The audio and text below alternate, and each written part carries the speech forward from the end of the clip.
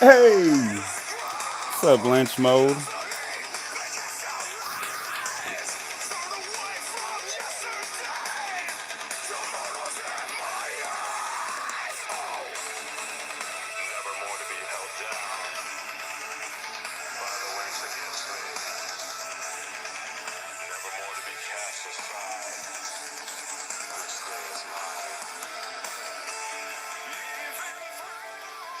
Hopefully.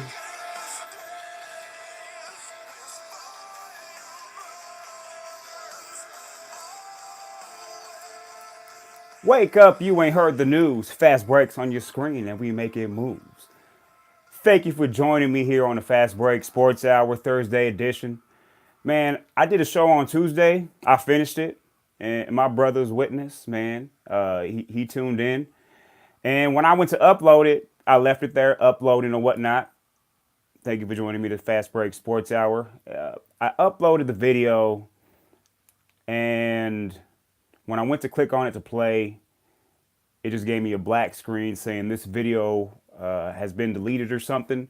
So my apologies on that. I was really upset because I felt like it was a really good show.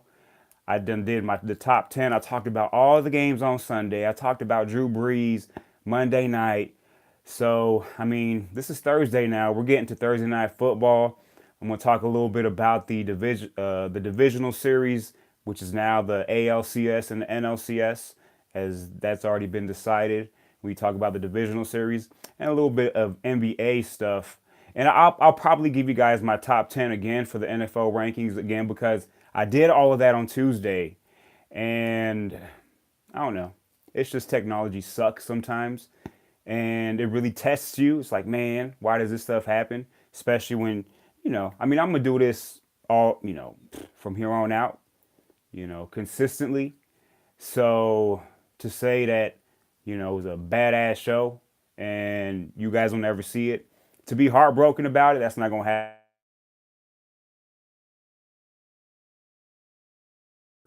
happen. So again, thank you for joining me here on the Fast Break Sports Hour. A little bit of a low key intro just because I wanted to let you guys know what happened on Tuesday because I had a couple people ask me how come the show either got deleted or how come I haven't done a show. Again, I did do a show. I did one on Tuesday. Man, I was talking about Drew Brees, how Drew Brees, pound for pound, in my point of view, is the greatest football player of all time, pound for pound. And I brought that up because I'm a big WWE guy, and they've always said Shawn Michaels, pound for pound, is the greatest WWE performer, wrestler, in ring talent of all time, which is, arguably, it's true, because he's a smaller guy and he was one of the, he was one of the rare talents to where even back in the late 80s, early 90s, it was always the big guy was going to be the champion. The bigger guy was getting the spotlight. The smaller guy would be, second fiddle. But he broke that mold because he was just incredible in the ring. And they decided, hey, you know what? This guy, pound for pound, is the greatest performer, wrestler of all time. And to me, Drew Brees is the greatest pound for pound football player of all time. I had mentioned Walter Payton, Barry Sanders, because obviously those guys aren't towering figures, but just the position he plays. Now, if you just look at it and you say quarterbacks, if you want to rank these quarterbacks, he'll fall somewhere inside the top 10 all time. You won't put him at number one just because he came up in the era with Tom Brady, obviously still playing, arguably the greatest quarterback of all time. Peyton Manning, some will argue he's, when it comes to just technical and everything, the smartest quarterback of all time. And obviously, he had all the stats to prove so, and he has the two championships, four Super Bowl appearances. So just even in his era, it's hard to put him as number one all time. But just pound for pound, man, a guy that's probably not even 6 foot, barely at 200, if that pounds. So pound for pound, I'm gonna give Drew Brees the greatest football player of all time, pound for pound. I don't care what nobody says. That's just what it is. He has the heart, the drive, especially after he hurt his shoulder, and they ruled him out. They ruled him. Hey, he's damaged goods.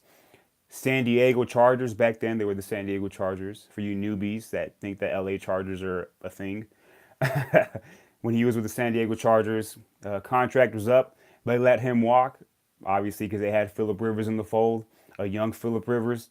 And he visited Miami in that free agency tour.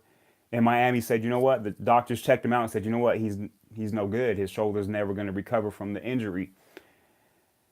And that's when New Orleans came a knocking, and it just felt like a perfect marriage because Sean Payton was like, man, we can take this city by storm. We can create something here and build from the ground up. Obviously, Katrina and all that was, well known back then. And if you think about it, I mean, prior to Drew Brees, they had one playoff appearance, and then after Drew Brees, it's been five. So, it's that's Sean Payton, Drew Brees go hand in hand.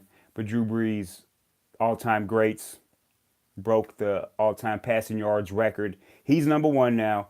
He's at 499 when you talk about touchdowns. He needs one more to get to 500. Or we saw Tom Brady last Thursday night get to 500. So, the Saints have a bye this week. So the week after, he'll get to 500, continue to shatter records. Drew Brees, what can you say? He is pound for pound the greatest quarterback of all time.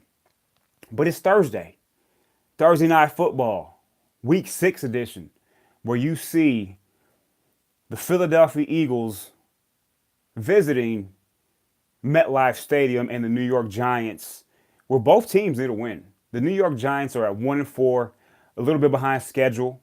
The Philadelphia Eagles at 2-3. You could say they're a little bit behind schedule. I saw this with the Eagles from the beginning, which is why I picked them to not make the playoffs. I felt like they were just in transition. One, because Nick Foles wasn't going to be your starter the whole year, so he was just waiting to get pulled at some point. And even when Carson Wentz was going to get back, and I think they brought him back maybe a week or two too early, it was going to take time for him just to get back to close to what he was. I don't think he'll get to what he was last year this year. I think you'll see flashes of Carson Wentz last year in this year's version of Carson Wentz. But I think, he's the type of player that he's a mobile quarterback. He likes to use his legs. He's just an all-around type of quarterback. Not to say he doesn't throw from the pocket. He definitely could do that with the best of them. But you're not going to see, in my point of view, in my humble opinion, Carson Wentz, last year's MVP version of Carson Wentz, at least not this year. At least not the first 6 to 8 games at a bare minimum, which is why you see them struggling a little bit. And I thought he was going to struggle. And then you add to that the injuries at running back that they've had. Now, Jay Ajayi's out for the season. They've had in and out injuries with Darren Sproles, Wendell Smallwood, and even Corey Clement has been in and out. So now they're going to look to see who is going to come up from that depth chart, or are they just going to continue to do running back by committee? It can work, but I think they would much rather have that one guy and then maybe have two guys spell him a little bit. There's talks about LaShawn McCoy, that they've called the Bills about LaShawn McCoy to see where they're at, to see if they can get LaShawn McCoy back into the fold. And I think that would be a good move because he's been playing football. There's other reports about Le'Veon Bell. I think that's going to be a tougher move because I think Pittsburgh's going to want a little bit more. And then not only that, but you're going to give up a little bit more for maybe a running back you're only going to have for this year. You see, LaShawn McCoy, his contract isn't fulfilled until 2019. So you'll have him this year and next year. And again, the Bills they're not going to ask for a ransom when we talk about LaShawn McCoy, as opposed to the Pittsburgh Steelers, who will for Le'Veon Bell, to which, he's only a sure thing for the season. And even once the playoffs start, he doesn't even have to play in the playoffs, because that's a whole different deal. So if you just look at those two, I mean, there's some whispers about David Johnson being available for the Eagles, and just the Cardinals in general have a lot of players, especially on defense, available. Trade deadline's coming up here in a couple weeks, October 30th, so exactly 19 days. So a little less than 3 weeks before the trading deadline. And it's not like the NBA trade deadline. It's not like the MLB. It's not like NHL where you're going to see, just a boatload of trades with contenders. But I think you're going to see a couple. I think you'll see some that will surprise you, especially because, again, it is in a couple weeks. So you might see a couple of these teams that are stuck in between, whether they're 1-4 or 2-3, and then probably lose these next two games and say, you know what, let's get rid of some of these players. We're in full force rebuild mode, and we're trying to get a top pick, and we'll try to get whatever we can for these star players that we have on our team. So you can see some of that happen. There's names that are thrown out there, but again, it's all dependent on where the team's at, and at this point, if it makes sense for both teams, because I don't think unless you're a team like the Arizona Cardinals, unless you're a team like the Oakland Raiders, unless you're a team like the San Francisco 49ers, that you can say we're out and we're ready to get rid of this contract so that we can start rebuilding and maybe get some more pieces. Besides those three teams, I mean, you look at those three teams, I think those teams are listening right now. They're ready to, hey, you got something for me, I got something for you. Whether it's a veteran player, a younger player that is about to be out of his first contract, like a Deion Buchanan for the Arizona Cardinals, who reportedly he wants out. The Cardinals will oblige because he is a safety slash linebacker that doesn't fit in the new scheme with the new coaching staff. And he's more so of a player that likes to play in the box. And he just doesn't fit the scheme the Arizona Cardinals are working with. And he's a damn good player. So for a team that still uses their safeties in that type of mold, he'll be available for that. So that's a name to look at. That's a pretty good player, man, still on his rookie contract. So Deion Buchanan, who was drafted, I believe, in 2014. And I mean, you just hear random stuff, whether you go on different websites. But right now we're talking about the Philadelphia Eagles. They're in talks with those teams about those running backs. Not sure how in depth they are, but I'm pretty sure they're doing their due diligence. But a running back that I really want you guys to, just to look at, if they don't trade for anybody, that might rise to the top here in the next couple weeks for the Philadelphia Eagles, is Josh Adams, the rookie running back, 6'2", pretty big guy from Notre Dame, who, I mean, right now he's their third or fourth running back, depending on who's inactive today, because they're still not sure if Darren Sproles is going to be able to go today. And then Smallwood definitely will be ready. Clement still game time. So if you go into this game and Josh Adams is your second running back, he's going to get some work. And if not, and if they don't trade for anybody, I think it'll take a little bit, maybe a couple weeks for the Eagles to install this running back and give him a bigger load. Just a guy to look out for, rookie running back, give him a shot, especially for those of you that do fantasy football. Just, if you have room, stash him somewhere and just keep him at the bottom. I'm not saying he's going to do anything in the next couple weeks, but you never know. Just a name that I threw out there.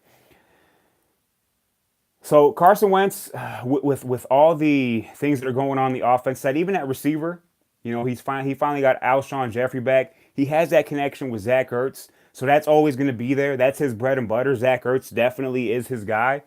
But then you look at the other receiver. Now they brought in Jordan Matthews. They brought him back after Jordan Matthews was with like the Bills, the Patriots.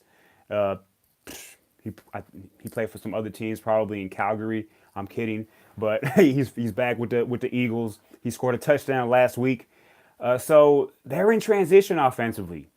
So you understand why they're 2-3, and they're on the road. They're playing in New York, so it's not going to get easier. Those fans are ridiculous in New York, and it's Thursday night football, and the Giants are hungry for a win, which they almost got on Sunday.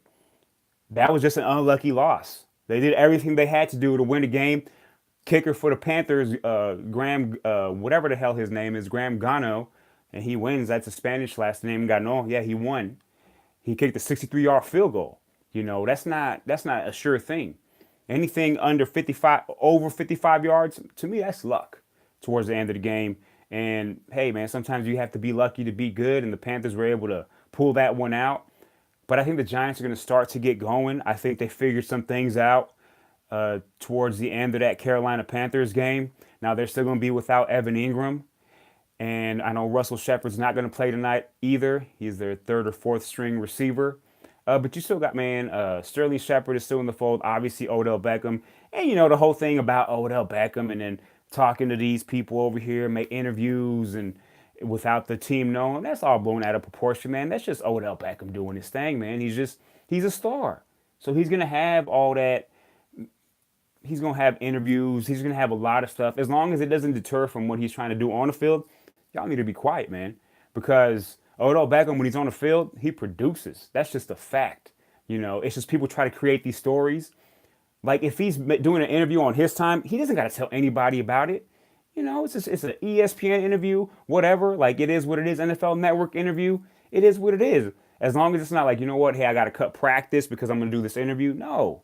So it's just one of those things where they're trying to find little things and they're trying to make it a big thing like, oh, he placed blame on Eli Manning. He said this, that, and the other. And he doesn't know if Eli Manning is the problem. No, it's not. It has nothing to do with that. You ask him a question, he's going to be straight up with you. I don't know what the issue is. So it's because they're a team also in some sort of transition with the new coaching staff. I mean, you got a dynamic running back you drafted. And he's a vital part of this offense now. So things have to switch up. It's no longer running back by committee and let's just throw our way to wins. And all this thing about, well, is Eli Manning holding this team down? At the beginning of the season, I felt that way. And they do have issues with 3 and outs, especially early on in games. But he has over 1,300 yards. His completion percentage is at over 70%, which is damn good because Eli Manning has always been at the high 50s, maybe low 60s on a good year. But right now he's passing at 70%. That's pretty good. And he has 6 touchdowns and he only has 3 picks. Now he threw a couple in that Panthers game, but he only has 3 picks. Let's be real here. A 2-to-1 ratio is pretty good, especially for Eli Manning. Because usually that ratio is more like 22, 23 touchdowns and 17 picks. Or 23, 24 touchdowns, 15, 16 picks. 6-3, man, it's good right now. And Saquon Barkley each week is getting better and better. So with them being at home and with just all this starting to mesh, it's going to be a close game. I mean, it's a divisional game. I don't see any of these teams really pulling away. But this is one of those games where the early mistake will matter. The early mistake can cause you to not win the game. And if you're the New York Giants, you don't want to go into the fourth quarter having to come back. You want to go into the fourth quarter with a 7 to 10 point lead, play good defense, and you have the running back to run the ball and kill the clock. You have the horses on the offensive side to continue this thing to, man, produce yardage, produce points, get first downs, kill the clock. And pressure Carson Wentz. Pressure him. Do some exotic blitzes and see just how comfortable he is. Is this the same Carson Wentz? I'm telling you he's not. And I don't think we're going to see the same Carson Wentz until possibly next year. Or very late this year at the bare minimum. That's just my opinion. And that's why I don't think the Eagles will make the playoffs. That's why I didn't pick them to make the playoffs. Not because they're not a good team, but they just have too many things going against them right now. It's just the facts. It's not. I don't have anything against the Eagles. I don't have anything against Carson Wentz. I think he's a wonderful quarterback. But he just tore his ACL. That's just life. And when you're a mobile quarterback, it's going to affect you. Now, if he's a quarterback like Tom Brady, where he tears his ACL and he's just in the pocket, big difference. Because it doesn't really take away from something that he did great. No, Tom Brady is great in the pocket. That's what he does. He's great at shuffling his feet, moving side to side, finding the space, and hitting his targets. That's what Tom Brady does. Carson Wentz loves to roll out. Carson Wentz likes to create more time, create the big play. But right now he's dealing with that. He's still not 100%. The arm might be 100%, but the mobility is not 100% yet. But at the same time, it's still his 85, 90% is still better than half of the other quarterbacks at 100%. Let's be real with it. So at the same time, to where I viewed him as a top 5 quarterback last year when he was healthy, right now he's probably messing around with that, 12 to 15 range right now. Just because of that issue that he's dealing with. He's still not 100%. He's still trying to get back from that ACL. And there's a reason why he didn't start the first 2 weeks.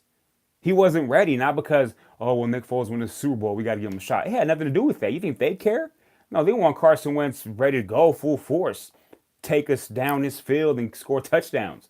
That's what they wanted. But their hand was forced when they started off 1-1, which it still isn't bad. But they saw, things lurking ahead to where it can turn into 1-4 or the 2-3 that they are now. Only difference is they're 2-3 and Carson Wentz has actually played the last 3 games. It doesn't surprise me. Now if they end up the season like 6-10, that will surprise me. I still see them as a fringe playoff team, but I just don't think they're going to get there at the end of the day. But the way that this division is panning out, man, 8-8, 9-7, looking like an NFC East champion right now. The Redskins aren't going to get there. Redskins aren't going to go 10-6. Come on, let's be real. The Redskins are not going to be 10-6. Let's not beat around the bush. The Dallas Cowboys. No. I like their defense. I really do. I like their running back or running backs. I forgot who said it. They were asking him, J.J. Watt, before the game. They had an interview talking about how they have 2 pretty good runners. Now, he didn't mean anything by that, saying that Dak Prescott couldn't throw the ball. But that's what they got, because Dak Prescott can't throw the ball. Now, if that's because he doesn't have the talent around him, or he doesn't have the talent within himself or the confidence that he had his rookie year, that's a whole different story. But I'm just telling y'all what it is right now. They can't throw the ball. Everything's going through Ezekiel Elliott. And they need to find a piece soon. And there's receivers out there that you can get in the trade, but I don't know what Jerry Jones is waiting for. So it's Ezekiel or bust when you talk about the Cowboys. They're 2-3. Again, the Eagles are 2-3, and the Giants are 1-4. I think these are the 2 teams that are going to fight it out. And I'm still going to put my feet to the fire, and I still think the Giants are going to win this division. That's what I picked for the beginning of the season. I didn't expect them to be 1-4. Luckily, the other teams are struggling. Luckily, there's not a team that's 4-1 right now atop of the division. No, 2-2 is the top of the division. You're 1-4. Now, if you lose this game, then you could probably, on Tuesday, before the show got deleted, some bull sugar that happened because technology sucks sometimes. I was talking about pitchforks and which teams got the pitchfork. Man, like the Raiders, they got the pitchfork. They're done. Cardinals got a pitchfork. Like their quarterback, but they got the pitchfork. They're not going anywhere. The 49ers, they got the pitchfork because their quarterback got hurt. And they don't have anything else at all whatsoever. That's top 3 pick all the way. They lost to the Cardinals. That's embarrassing. Cardinals were averaging like 9 points a game before that. And they put up 28 on the Niners. That's ridiculous, man. And I was talking about the Giants. The Giants are 1-4, but I wasn't going to pitchfork them yet. Not yet. I wasn't ready for that yet. But if they lose a home game to an Eagles team that I feel is not full force, I'm going to put the pitchfork in them at 1-5.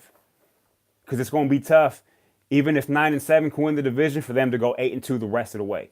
Let's just be real with it. There's a reason why you're 1-5 if you end up losing this game. So this is their season. And that's why I believe they're going to come out with a sense of urgency, and they're going to be hitting on all cylinders. They have to. Now, you still got to respect the Eagles. That defense is still pretty good. I'm not saying the Giants go out there and beat them 42-10. That's not what I'm saying. But I do expect the Giants to win today in a very close game. And with all that being said, I have the New York Giants winning today 26-20. That's my prediction. That's what I'm giving y'all. And the Giants will go to 2-4. The Eagles will fall to 2-4. But those are still the 2 best teams in the division. Yes, better than the Redskins and the Cowboys. Now, some of y'all might say, well, the Cowboys beat the Giants. Yeah, I don't care. That was the first couple weeks. Good thing that the Cowboys beat the Giants, because that's going to be one of not many that they're going to win. Get back at me when they play in New York. See what happens. And I'm not a fan of either of these teams. I'm just telling you how I feel. It has nothing to do with my fandom. I just don't like the Cowboys offense whatsoever. I don't like anything about it. If it wasn't for their defense, man, that would be disgusting. That's just the truth. Their defense is, man, going all out. And then how about, I talked about this on Tuesday, but again, y'all didn't see it. How about Jason Garrett on 4th and 1 on the Texas side of the ball, or the field, in overtime, with time winding down under 5 minutes, and it's 4th and 1. I think they're like at the 42-yard line of the Houston Texans, and they punt. You got 2 running backs in Dak Prescott and Ezekiel Elliott that are beasts, and you got under 5 minutes left, and you punt. 4th and 1. Holy moly. Like, you basically just said, we don't want to win. We're going for the tie. That's what the Cowboys were doing in that game. We want to get out of here with a tie. We don't want to win. And you lost because you played that way. You reacted as opposed to being proactive and going for the victory. You sat back to see what was going to happen. And that's like life. You know, don't sit back and wait to see what's going to happen and then react. Be proactive and make moves. That's what the Cowboys didn't do. That's what Jason Garrett didn't do. And that's why Jerry Jones was like, you know what, man? I don't even know why you're the coach anymore. I'll be out there playing running back and I would have gone for it. That's what Jerry's saying, you know. So that coach is going to be on the hot seat, man.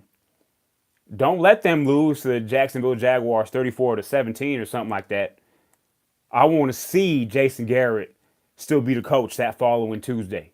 So he's under fire. I spoke about that on Tuesday as well, which none of y'all will ever see because it got deleted because technology is retarded. And I'm sorry for saying that word. I don't like saying that word, but it just came out. But technology's dumb. It's challenged, okay? It doesn't always work the way it should be or the way it should. But it's all good. You adapt, you move, you go forward, you know.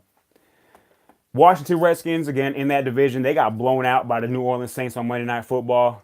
Man, I talked about this as well. We're 5 weeks done with the season, all right? We're starting week 6 today. And besides Chiefs fans, besides Rams fans, besides New England Patriot fans, and besides New Orleans Saint fans, maybe Carolina Panthers, you're kind of pushing it. Besides those teams, that they're going to be there in January, okay? That's not a question. You're going to put them in January right now.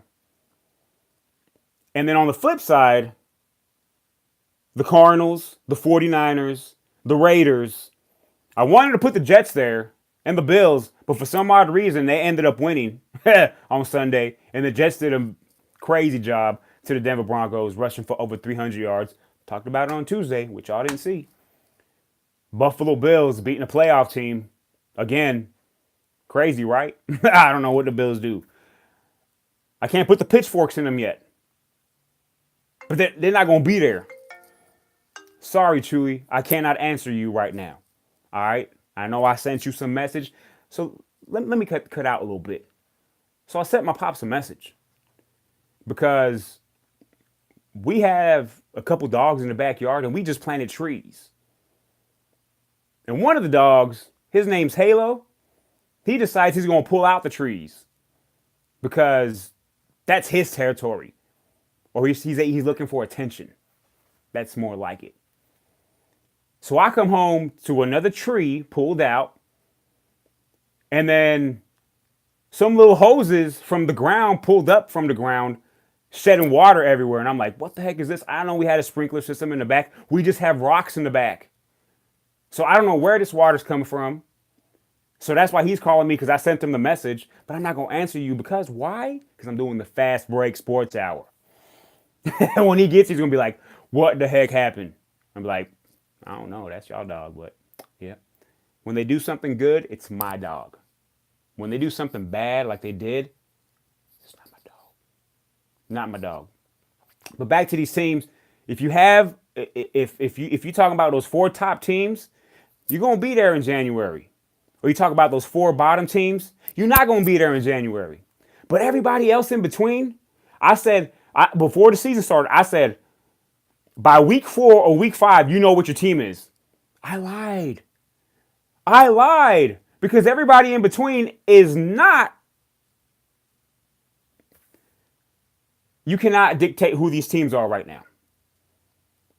They have not pronounced whether they are a playoff team or a bad team. I'm talking about teams number 5 to 28.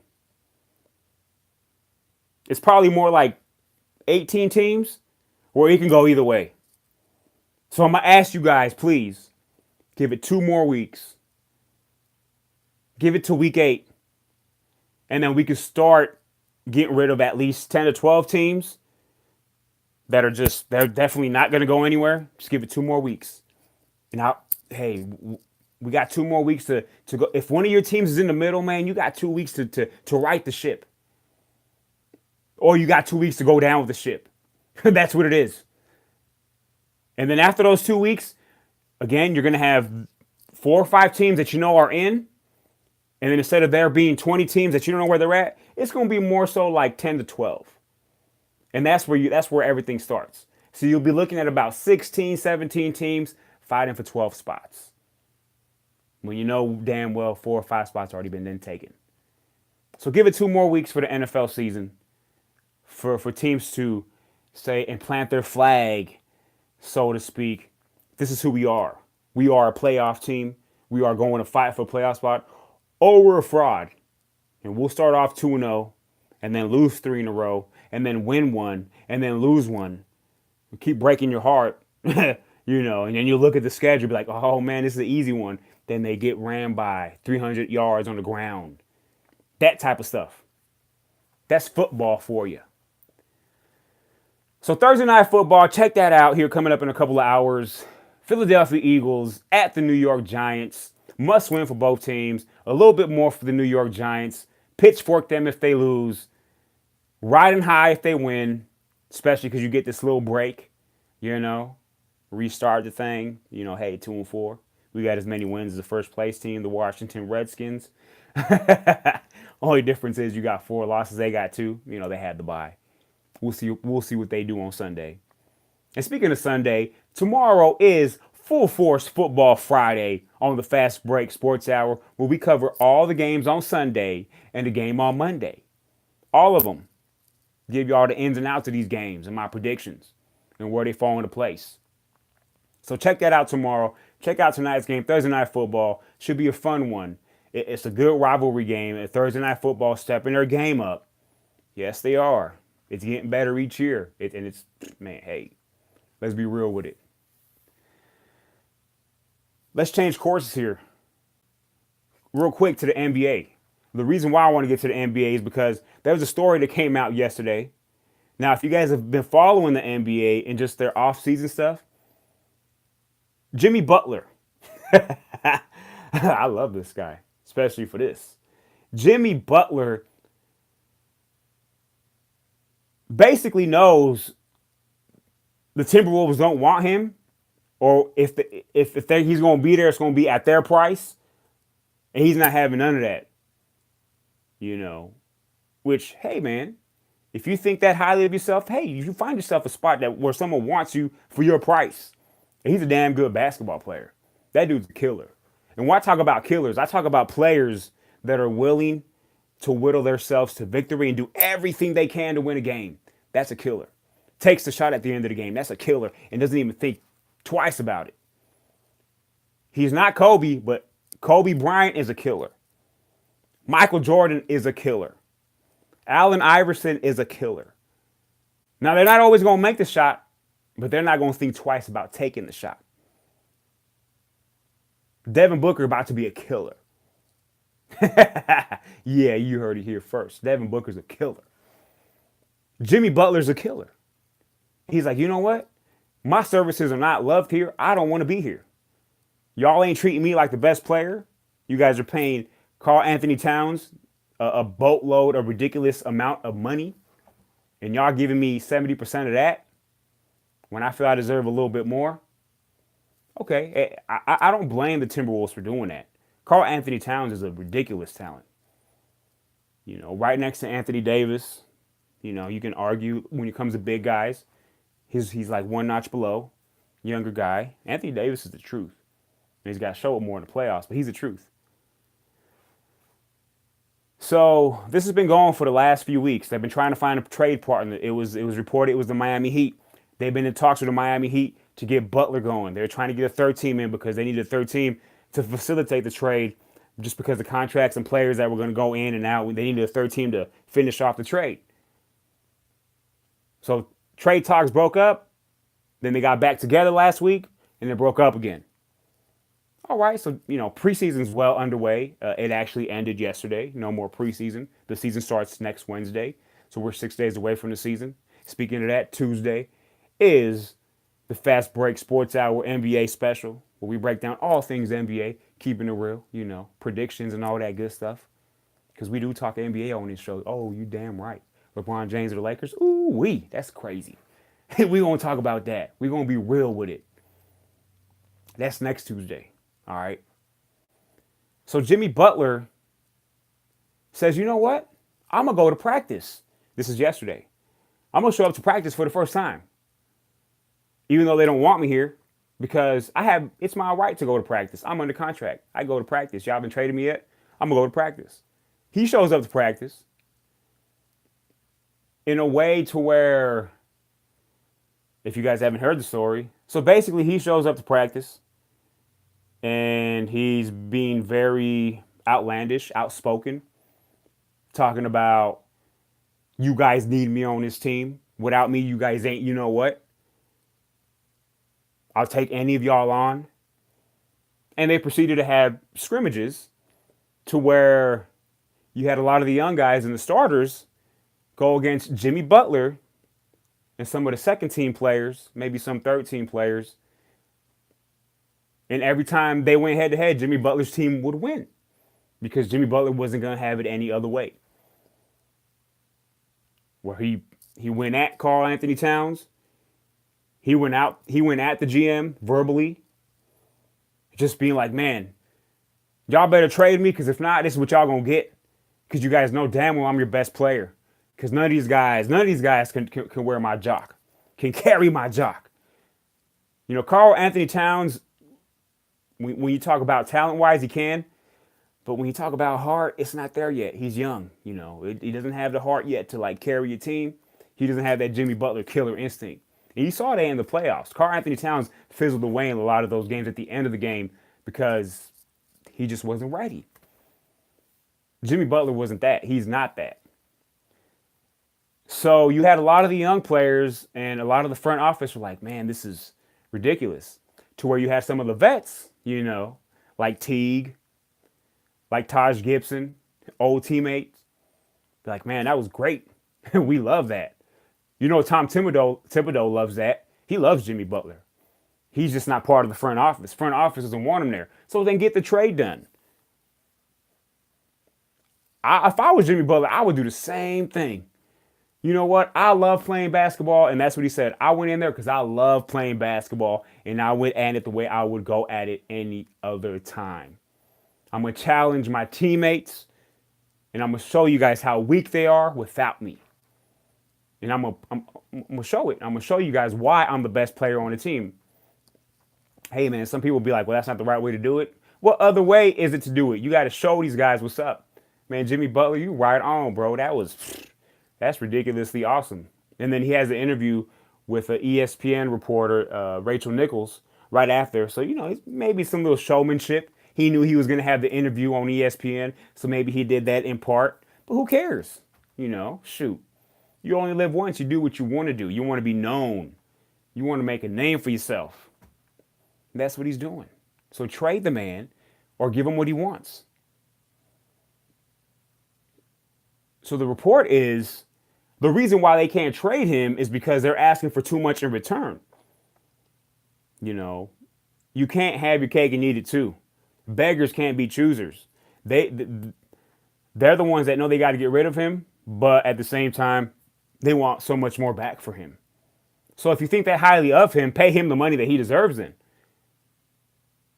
But Timberwolves, man, that's why they are who they are. And depending on who they trade for, if they end up trading him or not, this team's not going to go anywhere. Not the way it's ran, not the way it's going. Especially you give up Jimmy Butler. Again, all dependent on who they get back. I think they take a step back, personally. And we'll talk about all this NBA stuff again next Tuesday on the Fast Break Sports Hour NBA special. Thank you guys for joining me here today. Fast Break Sports Hour. Thursday Night Football, we done talked about that. Looking for Eli Manning to continue to get a little bit better and to lead this team to victory with Saquon Barkley and Odell Beckham in the fold. I see them getting the victory tonight, 26-20 over the Philadelphia Eagles. Eagles still in somewhat of transition mode. Injuries or whatnot is what it is, man. I hate that saying, but I always say it on every show. I'm tired of it. Man, I was like, I'm not going to say it this time, but I said it. Shoot. All right, guys. So, divisional round in baseball, that's done and set for. Again, I talked about all of this on Tuesday, but the video got deleted. I don't know why, so I got to recant. I got to re-talk about all this stuff.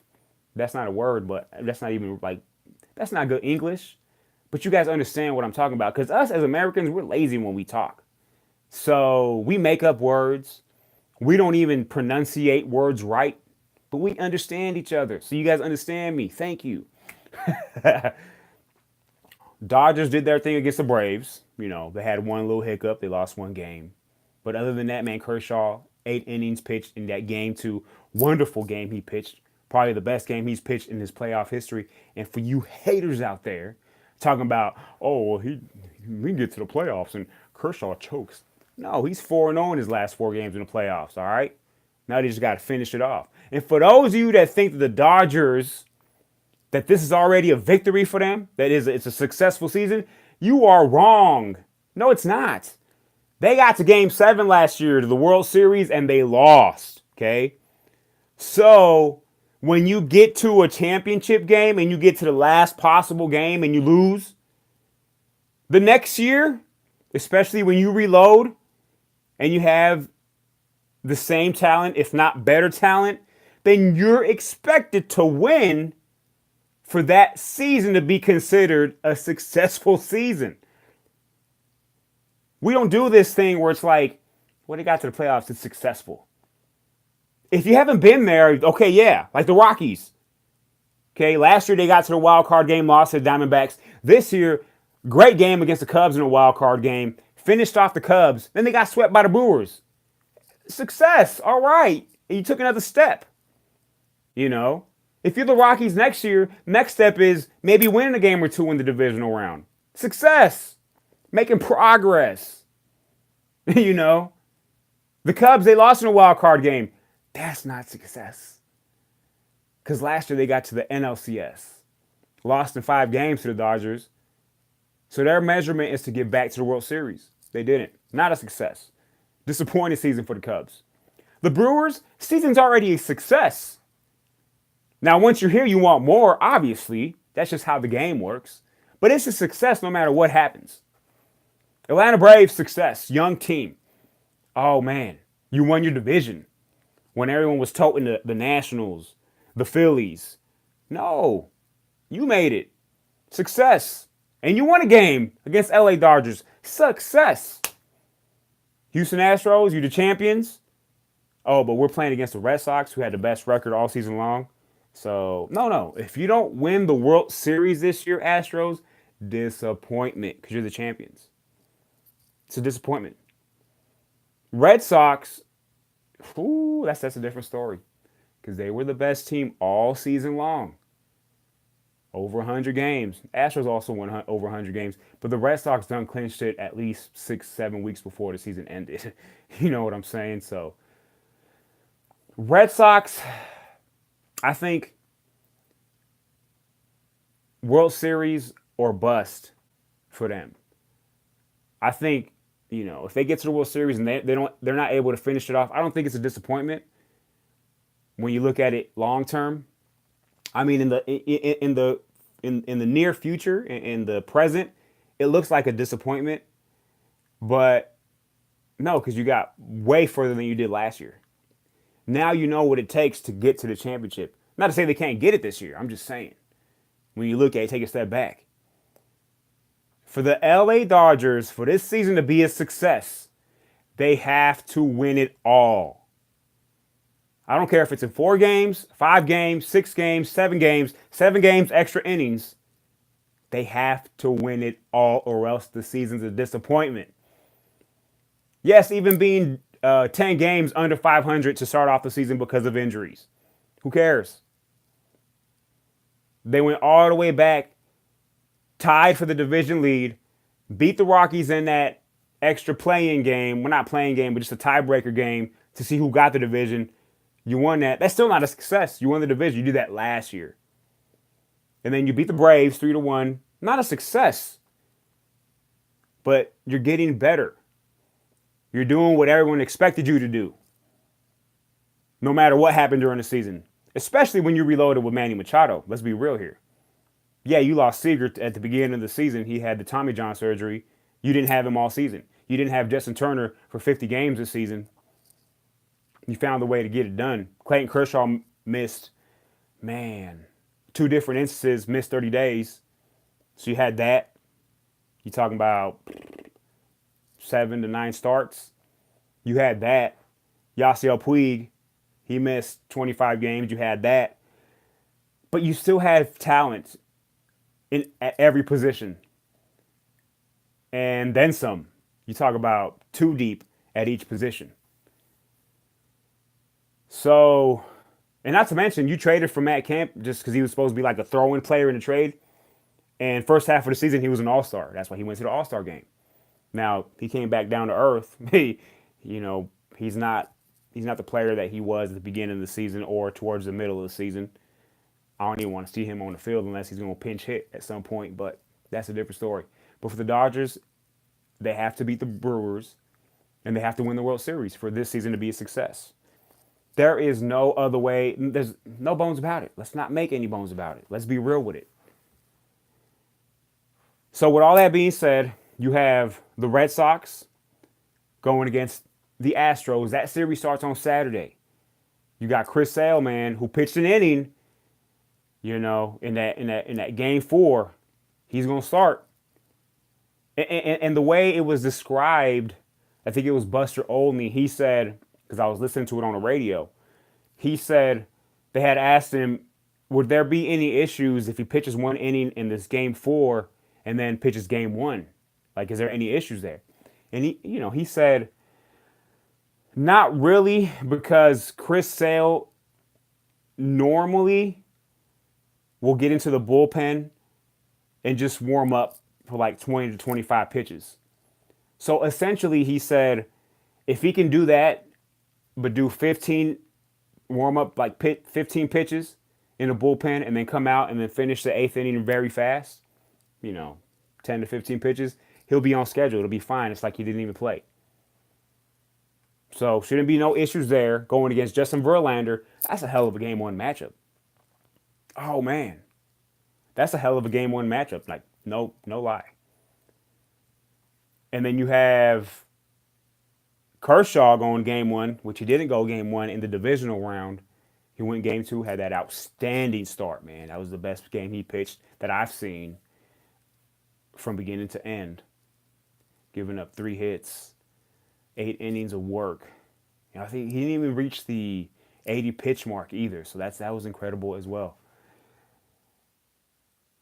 They're going against, I believe the Brewers have already announced they're going to go against Gio Gonzalez. He's going to start game 1. So that's Friday. That's 5:04 Pacific, 6:05 or 6 o'clock Mountain, 7 o'clock Central, 8 o'clock Eastern time. Check your local listings. Game 2 will be Saturday. That's an afternoon game, 1 p.m. Pacific, 2 p.m. Mountain, and so on and so forth. That Red Sox-Astros game 1 from from Boston is at 5 o'clock Pacific, 6. Check it out. Y'all see that. So it's going to be an incredible NLCS, incredible ALCS. Dodgers Brewers starts tomorrow. Astros Red Sox starts Saturday. Full force, man. These games, no excuses for these teams, man. They all expect to win. And speaking about that, speaking about disappointments, speaking about what's a success, really, when you go into every season, maybe 3 months into the season, you probably have 3 or 4 teams, obviously the playoff teams, but they can actually say, you know what, we can get to a World Series. But I'm talking about 3 or 4 teams in totality. I'm not talking about 3 or 4 teams on each side. 3 to 4 teams that say we can get to the World Series. Are these the 3 or 4 teams? Possibly.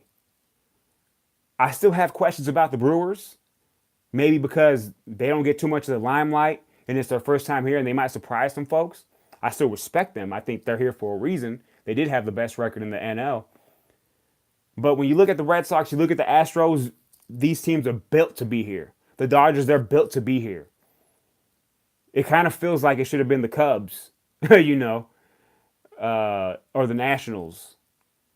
Just because that's what was highly touted. That was what was pushed in our face. That's what it was. So you had, 3 of the 4 that are, full force teams. And that's my word, full force. I like saying that when something's great, when something's just coming at you like that, that's full force. And the Brewers, they're going to have to prove to me that they're full force. I hope they don't. But it is what, I'm not going to say it. I hope they don't. But if they do, man, more power to the Brewers. I'm unbiased when I talk about these games. I'm being real with y'all. I just know what I've seen from the Brewers lately. I didn't see them all season. So obviously I just saw their late run and they were terrific. And then them dominating the Rockies, terrific. Especially pitching wise. Like Rockies couldn't get no runs whatsoever. You got 2 runs in that 3-game stretch. They got shut out, man, in 2 of those games. So you got to give it up to that. But I just think at the end of the day, the experience, the pitching for the LA Dodgers, and just the bats that they have. Now, I know the Brewers got bats as well. Let's be real with it. But the Dodgers just experience, been here before. I'm going to give you all my prediction. I have the LA Dodgers beating the Brewers in 5 games. 5. Yeah, I don't care what y'all say. Dodgers in 5 against the Brewers. Okay? Which means that series will be over by Wednesday. Because that'll be game 5 in LA Wednesday. Yeah.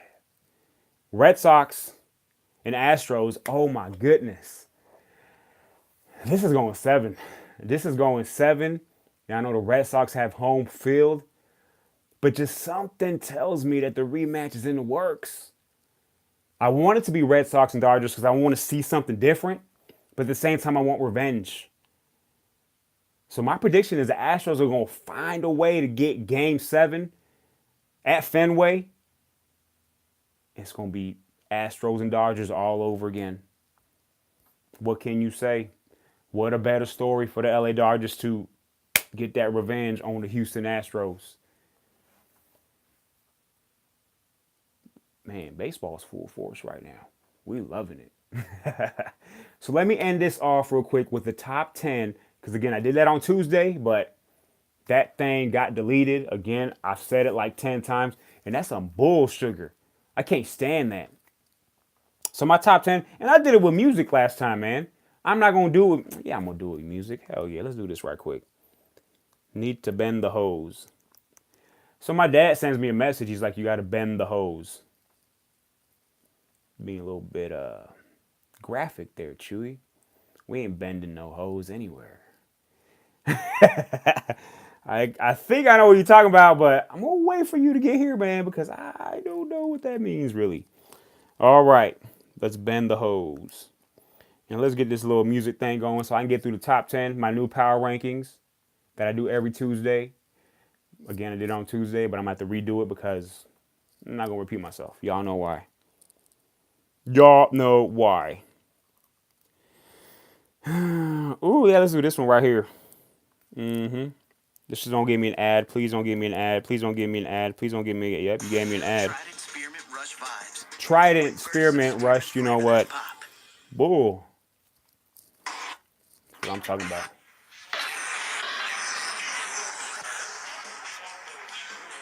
about. You don't get much better than the NWO. That entrance music, Hollywood Hogan, man. Let me give y'all my top 10. My new top 10 going into week 6. Let's start off at number 10. Los Angeles Chargers, man, on a win streak. They're doing this early now. You know, before they'd start off like 3-6 and then come crashing down before they'd go on this win streak and barely miss the playoffs. They're not doing that this year. And they're still my Super Bowl pick in the AFC. So this 3-game win streak serves them well. They're 3-2. Number 10 on my list, Phillip Rivers doing the damn thing. At number 9, I got the Minnesota Vikings. I mean, 2-1. That's a big win on the road against the Philadelphia Eagles team that's still trying to find themselves, trying to figure out how they can get a victory. Carson Wentz back in the fold, missing some pieces offensively. But still, you got to give it credit where the credit is due. Minnesota Vikings, man, Kirk Cousins do what he do. Yeah, I know I said 2 words that sounded like, but credit is due, and do what he do is 2 different words. English language for y'all. So it still rhymes. What up with that? So Minnesota Vikings, number 9. Let's go to number 8. Jacksonville Jaguars, you know, you fell a couple spots because you lost. But you lost at Arrowhead, so I expect that. You didn't lose too pretty. But I expect that when you got Blake Bortles as your quarterback, you live and die with Blake Bortles. Unless you're able to hold teams to 10 or 13 points, man, you're going to have that issue all year long, especially without Leonard Fournette, who keeps pulling up with a bad hamstring. And that's going to continue to linger. Jacksonville, you fall a little bit, but you lost at Arrowhead, so I'm keeping you in the top 10. You're number 8. At number 7, man, Chicago Bears. They didn't even play last week, but you got to the top 10. 3-1. Why? Because other teams lost. So I'm going to put y'all in there. Y'all can't be over. Man, that's some bull crap. You keep playing. Why? Because Stone Cold said so. So Chicago Bears, man, you number 7. Mr. Trubisky, keep wearing the sleeve. They're like, man, you got to keep wearing that thing. You played, you balled out last time you had that thing on. 6 touchdowns. You looking like Patrick Mahomes. Keep that thing on. He's going to keep that thing on, and we're going to find out, see if the Bears are real. They're going to play at Miami. Then they got New England the week after in Chicago, man. It's going to be real now. Number 6, Cincinnati Bengals 4-1. That's a very low-key 4-1, but they've been putting up points. They've been beating teams that, man, that are pretty good. They've beaten the Ravens. They beat Miami. They were down 17-0 to Miami, and they was like, nah, we ain't having none of that. And then they beat Atlanta on the road. I know Atlanta's struggling, 1-4. They're about to get the pitchfork. Talking about the Falcons, if they lose this week, you're going to get the pitchfork. Better watch out. So, with all that being said, I mean, they got a Tampa Bay Buccaneers, so the Falcons might get the win, but Jameis Winston might be coming out firing. Number 6, Cincinnati Bengals. Number 5, the New England Patriots. Man, none of this is surprising. Man, 1-2, who cares? They're just going to do what they do. They did it last Thursday, dominating the Colts. Game wasn't even as close as what the final score showed. Patriots were just like, man, here, you can have the ball a little bit just because we on Thursday Night Football. Give you guys a shot. Make it look kind of pretty. But we're going to dominate at the end of the day. That's what the Patriots did. They dominated 3-2. And then they got Sunday Night Football against Patrick Mahomes. But we're going to talk about that tomorrow on Full Force Football Friday on the Fast Break Sports Hour. That's tomorrow. Y'all can wait. Patriots, number 5. Number 4, the Carolina Panthers. You fell down one spot. Even though you won, you shouldn't have won, but you won. So a win is a win, is a win, is a win. So you're now 3-1. You're number 4. You didn't fall off because you won or how you won. It's just the team that jumped ahead of you looks a little bit more impressive. And that's New Orleans Saints at number 3. Very impressive. Drew Brees, pound for pound, the greatest football player ever. You heard it here first. Pound for pound, the greatest quarterback ever. Football player ever. Damn athlete ever. I'm yelling. New Orleans Saints, number 3. That's why the Panthers are number 4. At number 2, same story. Kansas City Chiefs, number 2, dominated the Jacksonville Jaguars at home. dominated a pretty good team, but the Jacksonville Jaguars just are what Blake Bortles is. Inconsistent on the offensive side. So unless the Jacksonville Jaguars, and I don't want to keep talking about them, but unless they figure things out offensively and score 20 points a game, they're going to have this issue all season long. But Kansas City Chiefs, man, Patrick Mahomes finally threw a pick. It is against Jaguars, but came back, threw a touchdown. Good to go. Patrick Mahomes, 5-0, going to Gillette Stadium against Tom Brady, MVPs, Super Bowl MVPs, Bill Belichick, the hoodie. Man, that's the game of the week. Now we see if the Chiefs are for real. Probably not. Even if they lose, they'll be for real. But, yeah, we'll see what happens. And at number 1, the Los Angeles Rams. Number 1. Yeah. But they're going to lose to the Denver Broncos on Sunday. I'm not being biased. Maybe. I'm not. I just have a feeling both undefeated teams are losing this week. It just so happens the Rams play the Denver Broncos. But the Rams are number 1, man. High-flying offense. That interior line, that defensive line is incredible. But they got some issues in the secondary, man. Let's be real with it. Linebackers got some issues, too. You can do some things. And it's going to be snowing in Denver. But we talk about that all tomorrow on Full Force Football Friday Fast Break Sports Hour. Rams are number 1 team. Continue to be number 1 team until they lose, until the Chiefs lose, and the Patriots might be number 1. Or the Saints. Who knows? You got to tune in the next week. Full Force Friday, Football Friday, all that good stuff. Yeah, I said it differently. I don't care. And then next Tuesday, NBA special. Thank you for joining me. Fast Break Sports Hour. Watch the game tonight. Watch baseball tomorrow and Saturday. I'm out. Hey, man, likes, comments, subscribe, do all that good stuff. Fast Break Sports Hour. Yeah, this is a channel. You better get on that. What up, New York?